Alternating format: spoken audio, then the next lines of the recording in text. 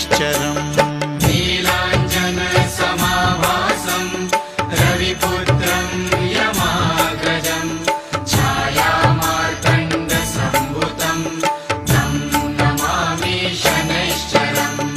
नीलाञ्जनसमाभासं रविपुत्रं यमाग्रजं छायामार्तण्डसम्भूतं तं नमामि शनैश्चरम्।